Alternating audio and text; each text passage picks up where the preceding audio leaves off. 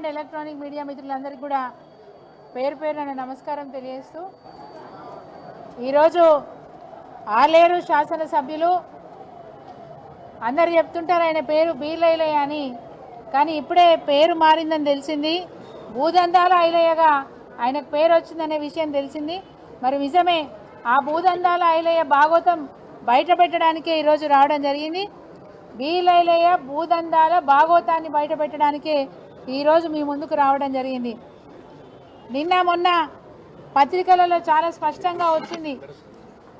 కొలన్పాకలో 472 survey number, 473 survey నెంబర్లలో 7 ఎకరాల 27 గుంటల భూమిని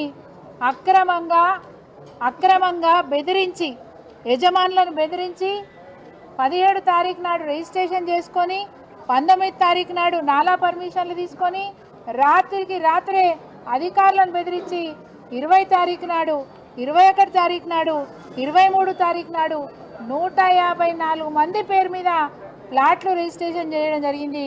అది కూడా హెచ్ఎండిఏ పర్మిషన్ లేకుండా, డిటిసిపి లేఅవుట్ పర్మిషన్ లేకుండా ఎట్లా చేసిరో కూడా తెలియదు. రాత్రి ఫెన్సింగ్ వేసేసి తెల్లారే వరకల్లా 154 మంది పేరు మీద మరి రిజిస్ట్రేషన్లు జరిగినాయి. ఈ భూదందాల బీర్లైలయ్య పెద్ద మాటలు మాట్లాడిన మొన్న కేటీఆర్ గారి మీద. నీ స్థాయి ఎంత, నీ కథ ఎంత? భూదందాలు చేసుకునేటోని వీధి రౌడీలాగా ప్రవర్తించే మనిషివి నువ్వు.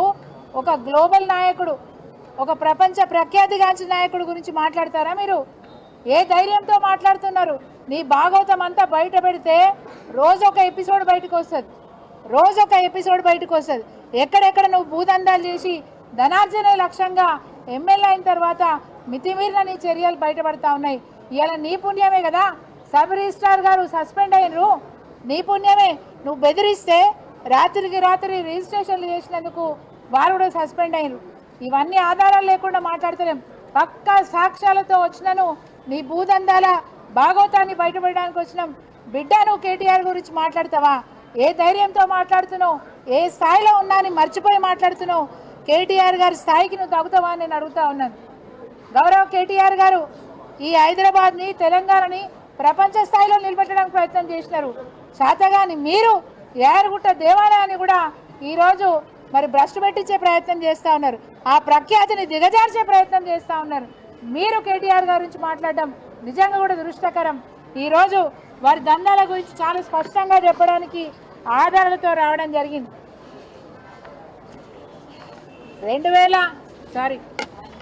మొన్న 17 డిసెంబర్ నాడు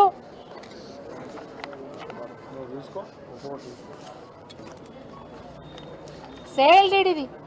17 డిసెంబర్ నాడు మరి రాజేంద్ర ప్రసాద్ శర్మ దగ్గర నుంచి చెల్లా అంజనీ ప్రసాద్ గారికి సేల్ డీడ్ జరిగినట్టుగా ఇగో ఇది డాక్యుమెంట్. ఈ సేల్ డీడ్ 17 డిసెంబర్ నాడు జరిగింది. దాని తదనంతరం 17 డిసెంబర్ నాడు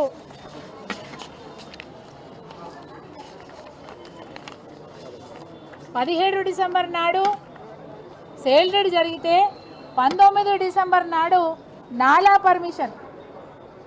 పర్మిషన్ జరిగిన తర్వాత వరుసగా 20 తారీఖు నాడు రాత్రే ఫెన్సింగ్ వేసి, డిటిసిపి లేఅవుట్ పర్మిషన్ లేకుండా రాత్రే ఫెన్సింగ్ వేసి ఇదో 154 మందికి ప్లాట్లు రిజిస్ట్రేషన్ చేసినారు.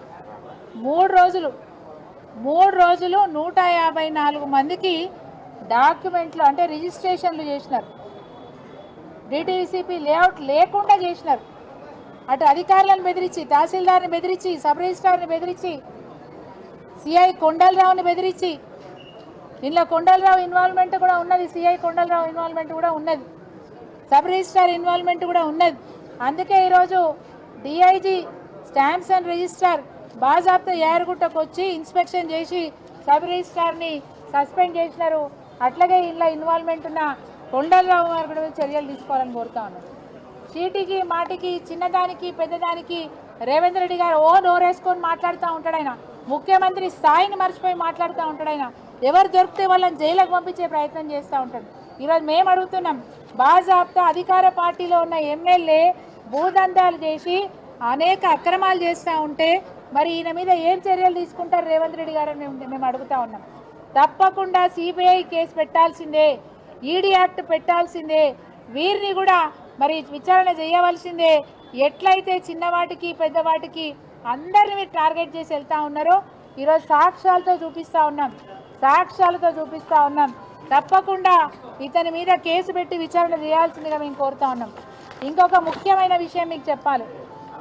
మొన్న 7వ తారీఖు జనవరి జంగయ్య అనే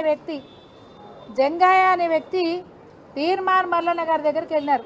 శాసన మండలి సభ్యుడు తీర్మార్ మల్లన్న దగ్గరికి వెళ్ళి ఒక కంప్లైంట్ ఇచ్చినాడు. అయ్యా, నాకు పలానా దగ్గర భూమి ఉంది, డిటిసిపి లేఅవుట్ పర్మిషన్ లేకుండా మరి పలానా వ్యక్తులు ఈ విధంగా 154 మందికి మరి రిజిస్ట్రేషన్ చేసినారు, ఇలా అక్రమాలు జరిగినాయని చెప్పి తీన్మార్ మల్లన్న దగ్గరికి వెళ్తే తీన్మార్ మల్లన్న గారు దాని మీద ఎండార్స్మెంట్ చేసినారు. స్టాంప్స్ అండ్ రిజిస్టర్స్ ఐజీకి మరి ఎండార్స్మెంట్ చేసినారు. ఇది ఇంతటితో ఆగకుండా తీన్మార్ మల్లన్న గారు స్వయంగా తన లెటర్ ప్యాడ్ మీద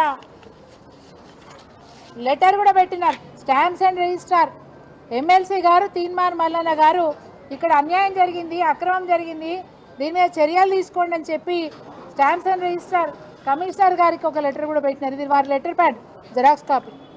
అంటే కాంగ్రెస్ పార్టీకి సంబంధించిన ఒక శాసన మండలి సభ్యుడే చర్యలు తీసుకోమని చెప్తుంటే ఈ భూదందాలో ఇన్వాల్వ్ అయిన వాళ్ళను, ఈ భూదందాలకు వెనక ఉండి నాటకాలు ఆడిన మరి ఎమ్మెల్యే గారి మీద బాజాబ్తా బలహీన వర్గాలకు సంబంధించిన ఎమ్మెల్యే ఉమ్మడి నల్గొండ జిల్లాలో అని చెప్పి స్పష్టంగా క్యూ న్యూస్లో కూడా మెన్షన్ చేసినారు.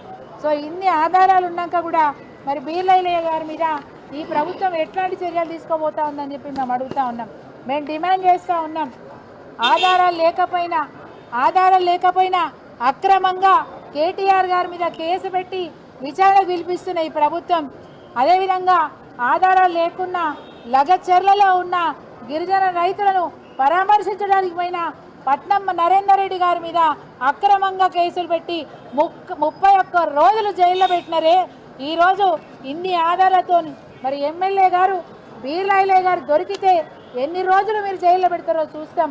ఒకవేళ ఈ ప్రభుత్వం కనుక పక్షపాతం చూపించి వాళ్ళ ఎమ్మెల్యేను కాపాడుకునే ప్రయత్నం కనుక చేస్తే ఎక్కడి వరకైనా పోతాం, కోర్టుకైనా పోయి బాజాబ్తా ఆ శాసనసభ్యుడి మీద యాక్షన్ తీసుకునే దాకా వదిలిపెట్టమనే మాట చెప్తా ఉన్నాను. అనేక మందిని బెదిరించి అవసరమైతే నేను కిడ్నాప్ చేస్తా అని చెప్పి బెదిరించి మరి చేస్తూ ఉన్నారు. బీర్లైలయ్యతో పాటు ఆయన అనుచరులు కూడా.